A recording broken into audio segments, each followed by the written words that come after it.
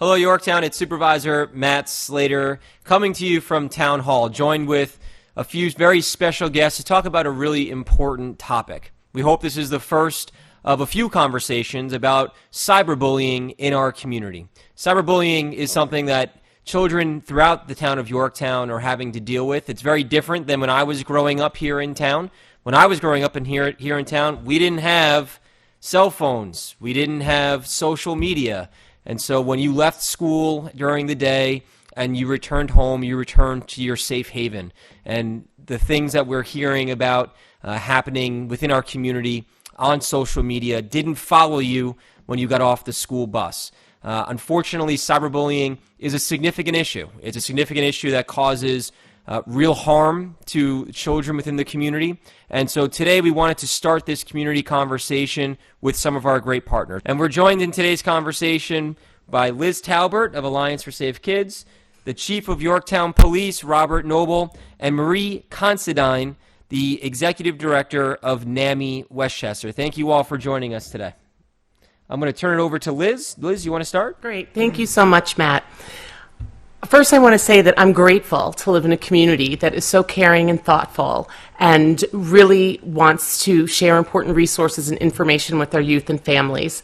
So to add to that, I would like to say that it's crucial that each sector of the community consider sharing this information, because if our youth and families start to hear similar messages from their local government, from law enforcement, from mental health professionals, the schools, faith-based leaders, and sports clubs, they'll feel the wraparound support and care. And when people feel cared for, they make better decisions that impact themselves and those around them. So we're here together to address the topic of cyberbullying. Now, we all spend time in the digital world, some more than others, and especially our youth. So what is cyberbullying? It's bullying that takes place over digital devices like cell phones, computers, and tablets. It may occur through text and apps, on social media, even gaming, where people can view, participate, or share content. It includes sending, posting, or sharing negative, harmful, false, or mean content about someone else. It may include sharing personal or private information about someone else, causing embarrassment or humiliation. And some cyberbullying crosses the line into unlawful or criminal behavior. And I would like to allow Chief Noble to share with us what you do if you or your child is cyberbullied, what the victim's rights are, and what may happen if you or your child is the cyberbully. All right. Well, thank you, Liz, and good evening to everybody out there who's watching. And before I answer the question, I just want to speak to what a wonderful partner in the community the Alliance for Safe Kids and ASK has been for many years. And it is nice that, very nice that you bring this conversation to the folks out there, and hopefully that there's no apathy out there, because this is happening every day, and it's difficult for kids in today. I mean, every little thing is magnified on social media, and cyberbullying and bullying in general is a problem in every community. So you asked what parents should do, I think, for school-age children. Get the schools involved early. The Yorktown Central School District and the Lakeland Central School District both have strong leadership, and anti-bullying is a priority for both superintendents and all of the schools in the district. Our agency works very, very closely with the schools. We have an excellent relationship, and many things can be handled on a school level, because that code of conduct that school-age children are bound by is not only on the campuses of the schools, it is outside of the schools as well. So if your child is being bullied, whether it's in person, online, anywhere, you should work with your school leadership to try to have them assist you. It is legally mandated in New York State for all school districts to have a bullying policy, anti-bullying policy. So that is where I'd begin. I would avoid contacting the parents of the bullier, of the suspect. That usually does not go so well in our experience, and then we get into adult disputes based on the bullying. Now, if you go to the schools and then you say, hey, we need to get our local police department involved, if the person who is bullying is less than 18 years old, they're juveniles in New York State. So any crime that or offense that they may commit would be handled in the family court or the family court of New York State. That is where these crimes would be handled. Many of the things that we see in our community is simple harassment, which is the ongoing, just harassing and bullying, your general bullying of a child. It can be raised if there is physical bullying. That would be harassment, in the first degree. If it's persistent and ongoing and you got a repeat offender, that could raise it to a level of aggravated harassment, which is where you're getting into your misdemeanors. And if it's a hate crime or hate-based, that you're trending in the felony area of aggravated harassment as well. Some of the other things that we see, unfortunately, with school-age children, and it's an uncomfortable topic, I'm going to bring it up. These kids, they share indecent material of each other. Usually it's nude photos. And it usually doesn't stop with the two people who share it initially. If your child receives a photo like this and they are sharing it in the community, they can be charged with promoting indecent material. And that's just the photos. If it's a sex act, they could be charged with promoting or sending pornographic material, and that's where you trend in towards, depending on your age, you could be labeled a sex offender. So again, parents, we need you to kind of be involved with your children, speak to them about these topics that, and as we see, unfortunately, throughout the United States, a lot of these active shooters or people committing violence in the community, what's the common denominator? Usually they say they were bullied at one time or another. So I think to be proactive, parents should speak with their children. Hey, look, if you're aware of a bullying situation, you've got to be the leader. You've got to be that person that says, I'm not going to take part in this.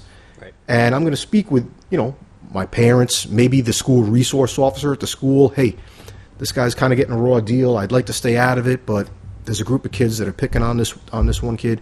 Our SROs that are in in the Lakeland Central School District, we're in all of the elementary schools, middle school, and the high school.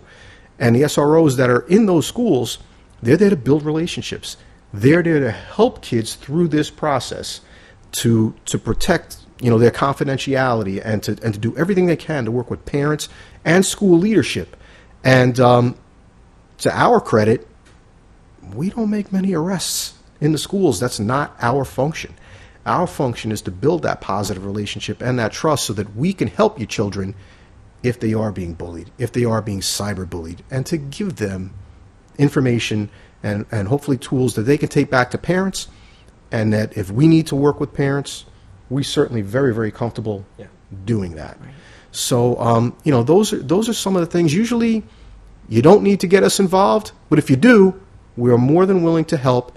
Many times, it's just not enough that raises to the level of a crime, but if it's persistent and dependent upon the bullying, it could be, your harassment first or second degree, which are violation and a low-level misdemeanor type crime. Right.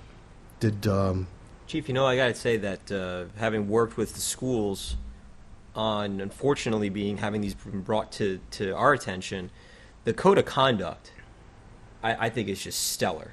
Because Absolutely. It's not just focused on what happens on school grounds, and it really holds kids accountable for their actions. And that's something that, unfortunately, in this day and age, we're having to do more and more often. And that's why I think it's really important that we're providing this information to the community, to my fellow parents, because it's something that, unfortunately, is happening in our community. And so the code of conduct, though, really allows a school district to engage on a whole different level than at least when I was a kid growing up here and attending school here. And I think it's a terrific tool, and I can't emphasize enough, as you said, get the school districts involved. Oh, absolutely. Because they have wonderful professionals, they have great counselors, and they care deeply about each student. And so the code of conduct really does hold people who are not behaving properly accountable. And it does it in a way where it doesn't rise necessarily to the level of law enforcement unless it really needs to. And so I just really want to emphasize that again to the people in our community, that the schools are there doing a great job with great policies in place and great partners like you and your great officers in the police department. No, thank you very much. And, that's when I said get the schools involved, that was the first thing. And yes, that code of conduct, both schools. Yeah. And they're not shy to apply it. And it works very well. Because in all honesty, the last thing we want to be doing is arresting kids. Right. I mean, that's not our bag. We're here, we will protect and serve this community and be proactive and build positive relationships. Last thing we want to do is arrest your children. Right. But having these proactive conversations, I think the best thing, that you can do if you're viewing this, sit down with your son or daughter and have this conversation. Yeah. Because, we're here talking about it tonight. That means we're being proactive and bringing you this information that, look, this is something we've identified.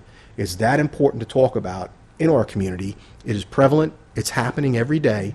And, it's got to be a terrible feeling if your son or daughter is the victim of bullying. Yeah. I mean, it's just horrible. But, we need to get the parents' attention that maybe the ones who are the aggressors and bringing this to bear. And, we all talk about, everybody usually says, what can we do? What are we doing about this? What are we doing about it? Well, my answer has always been, and it hasn't changed since I've been here, and I've been law enforcement here for over 28 years. I've been chief the last 6 years. These things happen in your own homes. It's got to start in everybody's home. Everybody likes to throw out catchwords. We're going to do this. We're going to do that. Why is the town doing anything? We're doing it. But this begins and ends at your dinner table, Well said. and in your homes. These are conversations that need to be had, and once we all rally around it, I think we're going to be, in a great place. I mean, you're blessed to live in a town that is proactive on a lot of levels, and you ask me, you can't live in a better community. But please, if there's one thing we can do tonight, have the conversations with your children. Yeah. I mean, they can't be a part of bullying. Somebody's got to be a leader out there that's going to rally around a child who is being bullied and try to help out and take that positive step to get that child help. And please, if it's in the schools, along with the code of conduct, don't be shy about using your school resource officers. Again, they build relationships, they protect confidence, and they will work hand in hand with the schools. And it's just a proven product. That's why we have 8 school resource officers in our town, the most in Westchester County. And Because we believe in the program. the proof is in the product. Yeah. It's what we've done in these schools. The administration recognizes it and says, "Hey, look, yeah, safety. We want the SROs, but they're also building that positive relationship and quelling some of these issues. Right. And we want to continue to do that for you here in Yorktown." Right. 2 other points I just wanted to make on, first on the code of conduct. It doesn't just apply to cyberbullying or some, even we've had, unfortunately, instances at the track where we've had some, or the Acme parking lot out, with some of the stores that we've had to deal with. The code of conduct applies there too, and I think it's important for parents to know that as well as students. And secondly, I think it's also important, something that I learned the hard way from an incident that happened here in town that really got me engaged in this particular issue. Social media is just a conglomerate that is so powerful, but the laws really that are in place, as we've discovered, unfortunately, doesn't really help victims. Yeah. And what do I mean by that? If you are a victim, and I think this is very important for parents to know, if your son or daughter is a victim of cyberbullying, and it has to do with social media, it's important for parents to know that there is a time clock on the data that is saved by social media. Something no one knows until you're trying to figure this out, and you're already up against the mountain of Facebook, Instagram, TikTok, Twitter, whatever it might be, Snapchat, whatever. So it's important for parents, and I think it's very unfair because, and I'm sure you can speak to this, right? It takes time for someone to open up to say, hey, I've been a victim. Mm-hmm. And unfortunately what we found is that when someone's finally willing to take that step, by the time they're engaged in the process, the data has been wiped out by social media. And I'm not saying this to scare parents or scare people in the community, but I think it's important. It's a lesson that I learned, again, through an incident that happened here in Yorktown, but it's something that we all need to be aware of moving forward because, as I'm sure you can attest to, it has a direct impact. Because then once you finally have someone saying, okay, I'm comfortable with the same victim, and they go to address it, and then they're told, well, you're too little too late, that becomes another problem. And it is difficult. I'm glad you brought that up because these social media providers, whether it's an app or just a site, they are resistant at times to, we can apply for a subpoena, which is what we have to do to obtain the information, and dependent on the incident, it may not raise to the level where they say, you know what, we're just going to tell the people to block so-and-so, which is advisable anyway. I mean, you want to set up be familiar with those controls that you can block the person that is sending, annoying or alarming information to you. But if they're sending it to other people and making it public, it depends on the level of the potential crime, where these sites and apps will actually release information consistent with a subpoena to assist us in investigating the incident. And so that you can see already, and again, I'm not trying to provide this information to deter, but to educate, right? Because by the time you finally get through that subpoena process, their window where they are required to keep the data may be already closed. Right. And that is truly unfair to the victims of these types of instances when they finally feel comfortable enough to speak to someone and engage in holding people accountable. But so I think it's really important. I just think that's a really important factor because as a parent, if I was on the receiving end of that, meaning if I had a child who said, hey, I've been victimized, and then I go to try to engage in the process and I'm told you're too little too late, it's got to be infuriating, just absolutely infuriating. But I think it's also something that we need to be communicating, not just and educating not just our community, but the folks who craft laws to make sure they understand this too, because it's something that there's a misalignment here that I think is significant enough that it needs, I think, a broader attention too.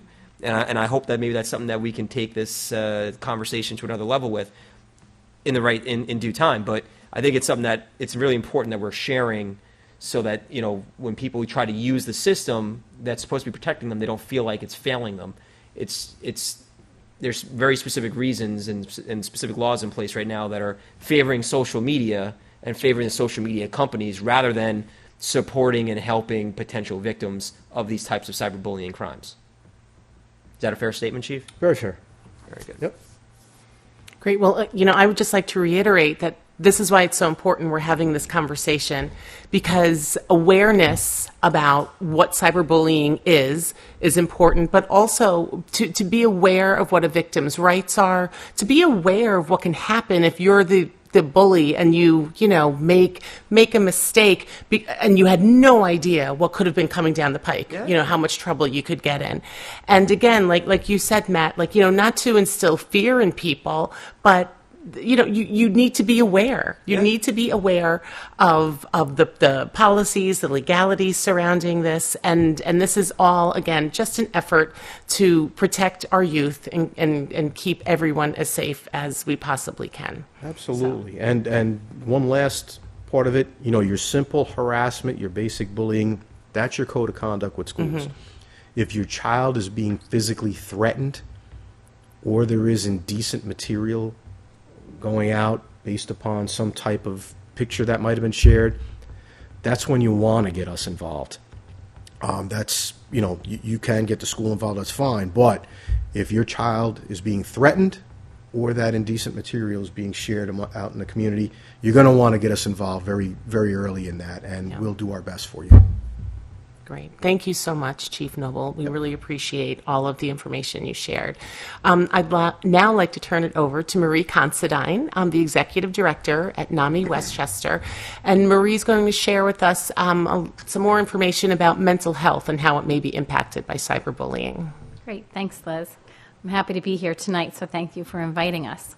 NAMI Westchester is the local affiliate of the National Alliance on Mental Illness, and we work throughout the communities in Westchester to provide education, support, and advocacy for people who are living with diagnosed mental health conditions and for families who support those individuals. As a result of COVID, many, many more people are struggling than they had been before. The good news is that people are getting help. People are talking about mental health. Conversations like this are happening, and now we have such a broader audience because things are being broadcast digitally.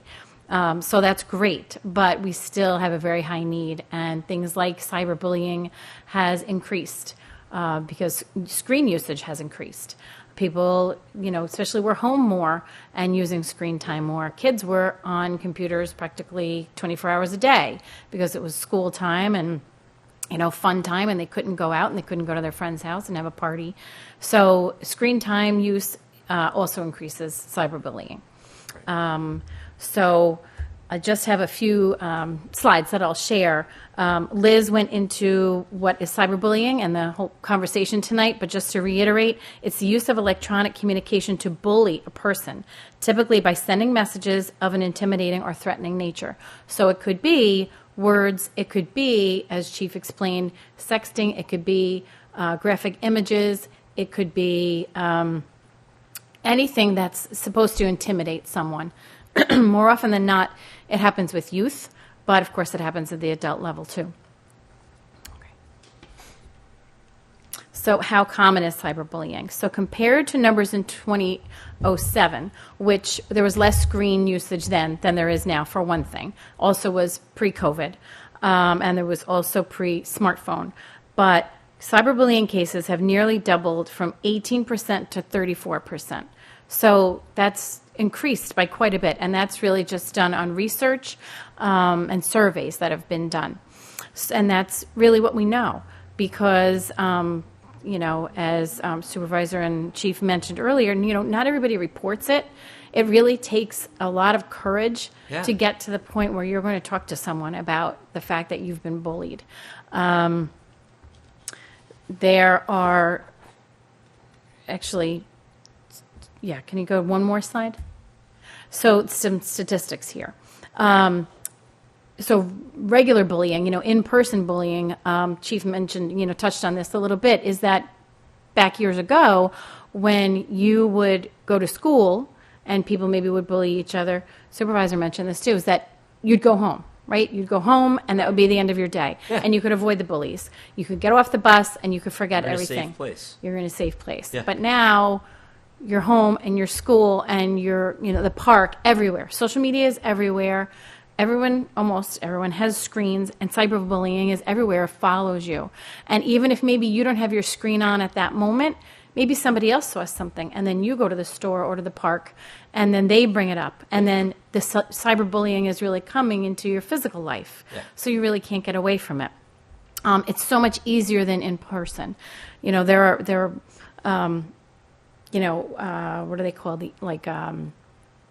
When people are screen bullies. There's a term for that I'm not thinking. Keyboard cowboys? Keyboard, yes. Yeah. Usually those are adults. Yeah. Yeah. I know. Yeah, that's true. Well, but it happens to adults too. People are not afraid to say something online, whether it's anonymous or not. Right. So much easier to say it online than it is to a person's face. So that's why it's happening 24/7. It's easier than in person, and it can be anonymous. Because there are certain sites, certain apps that can be anonymous. Are they really down the line? If it comes to a lawsuit and there's discovery, maybe it will be found, can be found out. But to you and me on a regular given day, it can be anonymous, especially to a kid. And it's not just hearsay. It's not, I heard you said last night at this party something about me. It's that maybe you texted it to a friend that you trust, and they screenshot it, and they sent it to someone else, and someone else sent it in a group chat of 10 or 20 people. So it's not just, no, I didn't say that. I said it differently.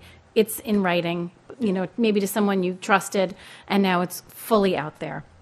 So you can't really pull it back, and you can't really explain. I think we all know that texting or emailing doesn't necessarily come through with tone.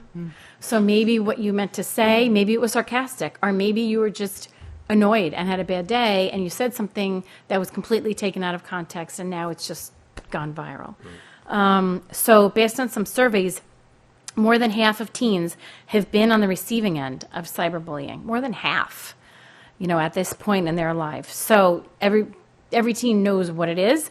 Doesn't mean they're necessarily going to avoid it. Some people are going to participate in it, and some people are going to be the recipient, and sometimes people can be both. And sometimes one can turn into another. 10 to 20% experience cyberbullying regularly. That's pretty scary. You think about it, that you can do everything you can to kind of wrap your arms around your kids. And then, once they leave your home or once they leave your site, anything can happen. But it used to be once you leave your home. But now it's, when they go to their bedroom, what's happening? Be in their bedroom on the couch. They could just be on the couch in front of you being cyberbullied for all you know, because you don't know what they're looking at. Right. It's often really, these days, where a lot of social anxiety is happening. Yeah. Right in their own bedroom. Yeah. More so than any ever time. Believe it. In our lives. Okay, so I just want to go over a couple of, back one slide, examples of cyberbullying. This one. Yeah. Some examples have been touched on already in this conversation, but harassing someone online by shaming, embarrassing, demeaning, or humiliating them. So I give the example of screenshotting something someone said, but it could be something they did. It could be something they wore. It could be where they went, someone they're hanging out with, embarrassing them in any way, impersonating someone online. So making a fake account. Right. And doing something in someone else's name. Yep. Making threats to physically harm another person. Now, that's where it gets to a different level, as Chief mentioned, that you really need to call in law enforcement at that point.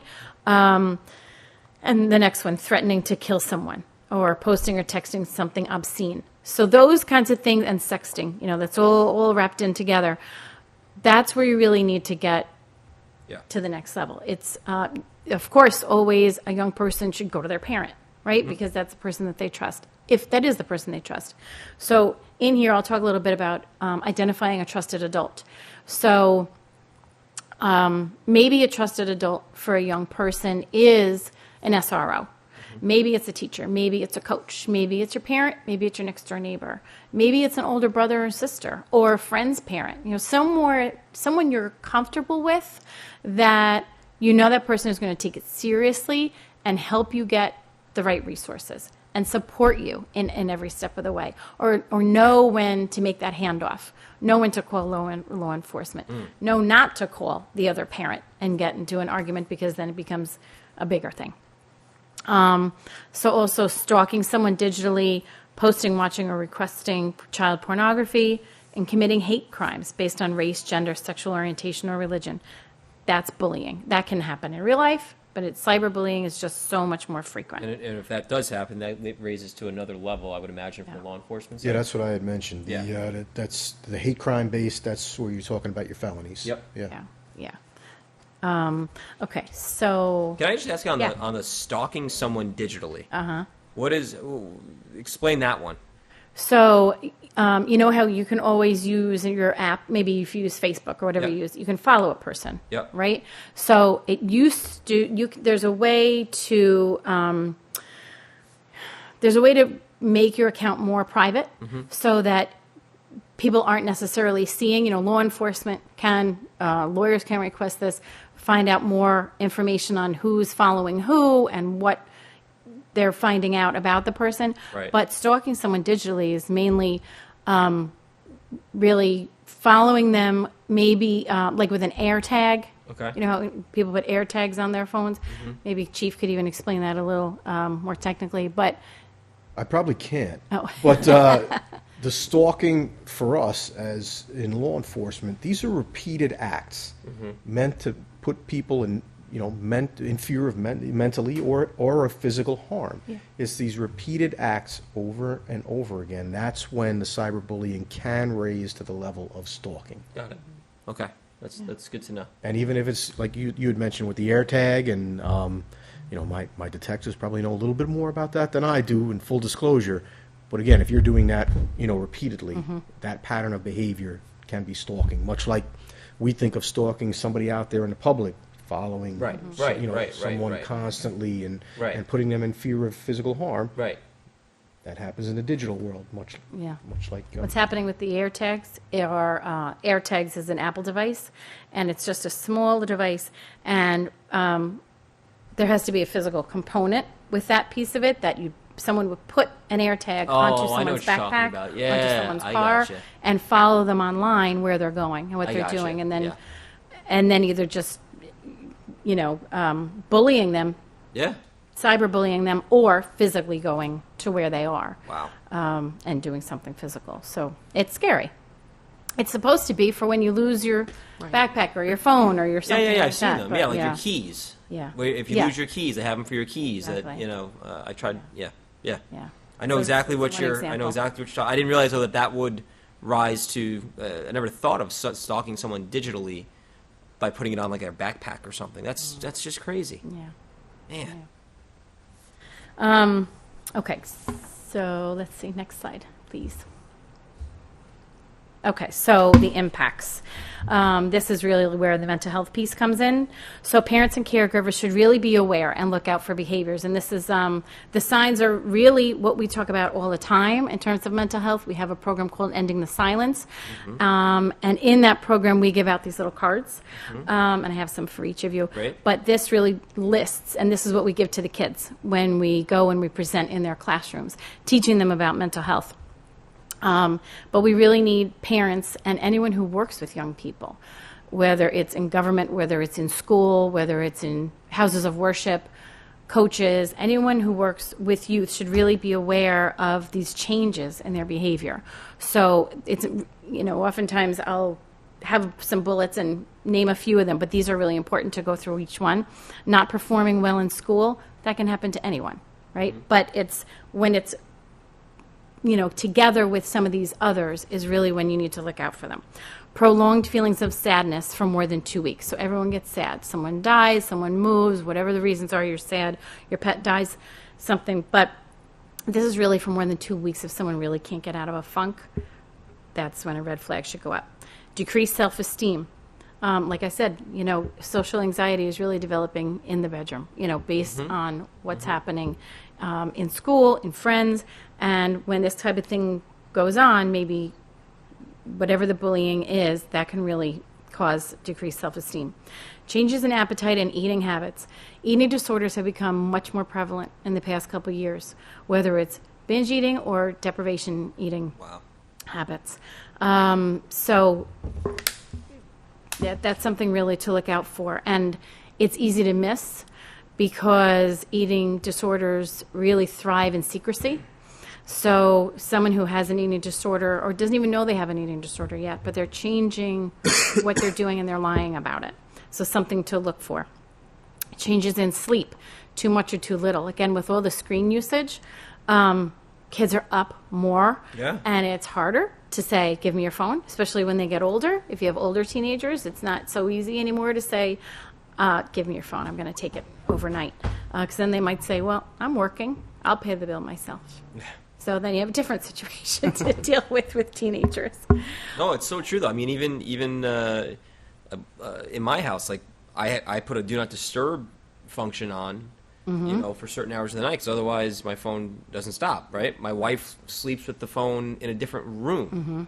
Because she needs, from emotional and a mental standpoint, she just needs that physical break. Right.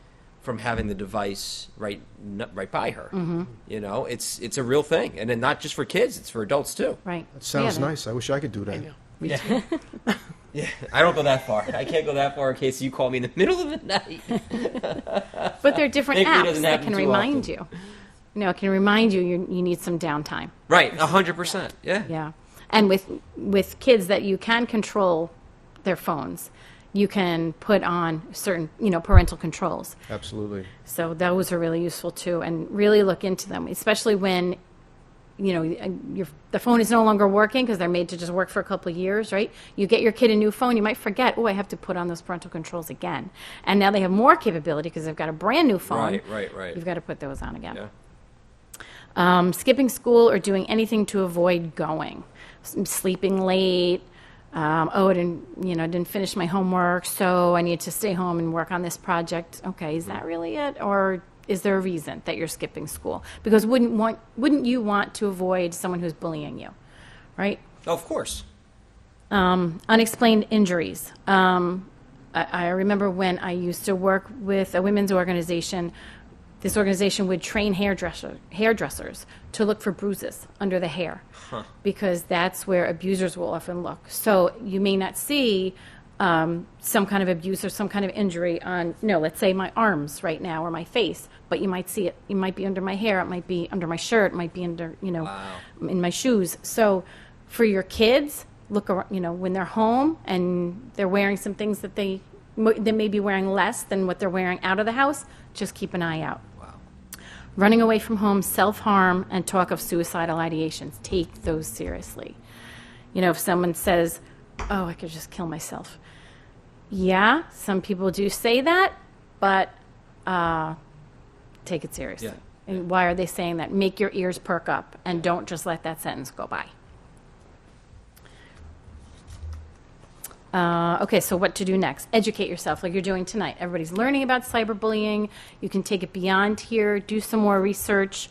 I know Liz has more conversations that'll be coming up in the community, but also spread this. If you're watching this tonight, share the link. Give it to other people that you know. Be known to young people as a trusted adult. Like I mentioned, young people need to have someone to be able to trust, someone to be able to go, that they can go to. Let them know that, if something goes on, you can talk to me. Reach out to that person and be their support system. Encourage them to communicate to you whenever anything else happens, because maybe they'll tell you one thing, but maybe they didn't get a great reaction and won't come back again, but don't have anybody else to go to. Let them know, okay, maybe you didn't get the best response this time. If something else happens again, I need to know again, because then we can bring it, somewhere next. Speak to a school counselor or psychiatrist about the behaviors the young person is exhibiting. Like I said, it only snowballs, so don't let it go. And provide the young person and yourselves with resources. You'll see, because you'll be getting all this information online, so you'll have those links. But there's a crisis text line, is the one that I will point out. Okay to talk? Is that a texting, or is that both? What is that? That's a website that you can go to and get a lot of these resources information. The crisis text line, the text line number is 741-741, so you can text the word NAMI to it, you can text the word hello to it, but it's a crisis text line. It's a texting line, so that they don't have to pick up the phone and actually make a phone call if they're in their bedroom or in the bathroom at school or wherever it is. So yes, okay to talk, crisis text line, and suicide hotline are three really important ones that you can always refer to. And we're going to have all this information. Yes. On your app. Mm-hmm. Or And the QR code, the QR resource. code. Yeah. And then the last thing I'll say is connect with your community. I mean, Yorktown is an amazing community that you have SROs and you have a really well-informed supervisor and chief, and of course, Alliance for Safe Kids. But you can always contact NAMI Westchester helpline for support. So if parents don't know what to do or where to go, we get calls to our helpline all the time, and we refer out. So you can always call us. And our Ending the Silence program is the program that is free, and we can go into any middle school or high school and talk about mental health and get people educated. We have one for Ending the Silence for staff as well. So just contact us and we'll do that. The last point I said, call in law enforcement as soon as you are aware that there's something going on that's really affecting someone, and especially if it's of a criminal nature. And like the SRO or someone else may do the job, may be the one to escalate it, but it doesn't hurt to really get help. And especially the law enforcement will know the laws, like Supervisor mentioned, of time constraints and that kind of thing. Yeah. So that's all very, very helpful. I know that when you talk about bringing your what was it? I'm sorry, the Ending the Silence. Ending the Silence program. Maybe that's another thing that we can do like this, where it's more of informational and even on the because you mentioned that you have the staff level too. I mean, that's fantastic. Yeah, we've done it in Lakeland. Last year, On the staff level or for kids? we did it for staff, and we did it for kids, and we did it for parents, because there's an Ending the Silence for parents.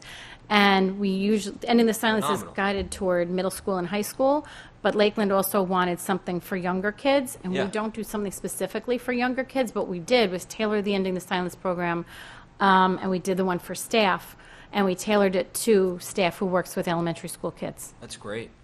That's wonderful. A great resource for us to have, and I really appreciate you being here and lending your expertise in the conversation.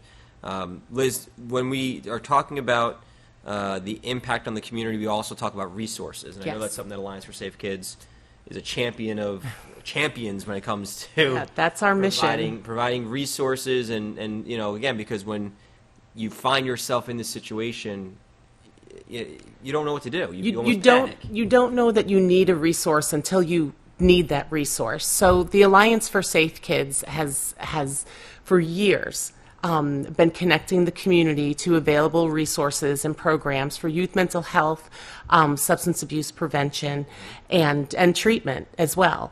And we are continuing to do that, but in a virtual way now. That's the shift that that we have made since COVID has entered our lives. And I feel like we have the opportunity to reach even more people. So that's wonderful. And even something like this, a recorded conversation that's going to be hopefully shared and shared again, like a pebble in the pond. We want that ripple effect to come into play, and for more people to be made aware of these resources. So speaking of resources, I wanted to share that there's a QR code on the screen that links you to a guide that Ask created that is filled with resources on cyberbullying and digital safety. And it includes a lot of the things that we spoke about. It includes NAMI's website. It includes links to the schools, to the directly to the Code of Conduct and DASA, Dignity for All Students Act, which is incorporated into the all school districts in New York State. So this information is there. There are links to help parents start this conversation, with their children. So this is a guide that already has some robust, important information, and we can continue to add to it. So that's what's really nice about that. And if you don't have the chance to scan the QR code, there will be a link to the guide on the town of Yorktown's website, the Yorktown Police Departments, as well as the Alliance for Safe Kids, which is allianceforsafekids.org. So I just wanted to thank both Marie and Chief Noble for joining us this evening and really taking, the time to be so supportive of the Yorktown community. I mean, I truly appreciate your time. And to Matt for bringing this conversation forth. Thank you. Well, it's a team effort. It's a community effort, and we know that. That's one of the great things about the town of Yorktown. And we're always there for each other. We're always trying to find ways to help each other. And this particular issue, as I said, I had to deal with a particular resident in town who had to go through something rather terrible, and it really opened my eyes to the issue itself. And then again, as a father with two small kids, I see the impact that it could potentially have on them, and so it's really something I think that we need to be talking about. It's really something I just want to make sure that we're educating the residents on, that we're raising awareness about. And as you both have done, sharing resources on for those who are finding themselves or finding their loved ones or their children in a situation like this. They know who they can turn to. They know that there are resources out there that can help them take those important steps. From a mental health standpoint, from a school standpoint, from a law enforcement standpoint. And I think it just starts with these community conversations. And I know that we're hopeful that this is just one of several that we're going to have to try to address cyberbullying, yes, but also really focusing on mental health for our youth, because it's a real significant issue, not just here in the town of Yorktown, but across the country. We're seeing just terrible statistics coming out. We just had the most overdose, not for youth, but nationally, we just had our most overdose deaths. A lot of it linked to the fact that we had to deal with this terrible pandemic and the mental health issues that it caused. And so these are things that we want to just raise awareness about, that we really need to bring to the forefront and out from behind the curtain that we have these open discussions about, because hopefully it helps somebody. Right. And I think, and I have confidence that it will, even if it just helps one person. And then to your point, Liz, partnering with the school districts, partnering with law enforcement to just continue to share and share and share and let people know that these resources are here and that we have great partnerships right here in the town of Yorktown that are doing our best to raise awareness, educate, and provide that helping hand. And that's something that Yorktown just does so well. So I also want to just thank everybody who's at the table here for taking time out of your busy schedules, for recognizing the importance of the issue, and helping us introduce it to the community. And again, I hope it's something that we're going to continue to have conversations about in different ways so that we can continue to educate, raise awareness, and provide help. Provide help for the youth of our community. Yeah, Chief. I did leave one thing out that parents can do as well, and that is you can contact the content provider. Cyberbullying violates the terms of service of all legitimate service providers. So whether it's websites, apps, gaming, you can contact that service provider, whether you can identify the person responsible for the bullying or not. So that is something you should do as well. And I'll be certain to share if we want to update the QR code. I know what we utilize a great deal at the Yorktown Police Department is cyberbullying.org. There's a lot of useful information on that site, and they also can assist you in contacting service providers. That's great. That's great. Well, thank you all again very much for taking your time here tonight. And to the residents of Yorktown, if you have any questions, concerns, you've got a great team here willing to help, who are genuinely concerned about our youth, about our community, and trying to do our best to raise awareness and educate. You can always contact my office at 914-962-5722, extension 200.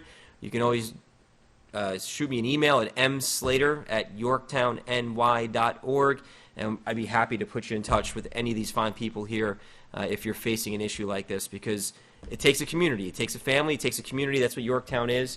We are one big family. We are one terrific community, and I know that if we are challenged in a way like this, that we're going to respond accordingly, and we're going to respond together. So again, thank you to everyone. I really appreciate it, and I'm looking forward to our next community conversation about cyberbullying and youth mental health. Great. Thank you. Thank you. All right. Thank you all. Thank you.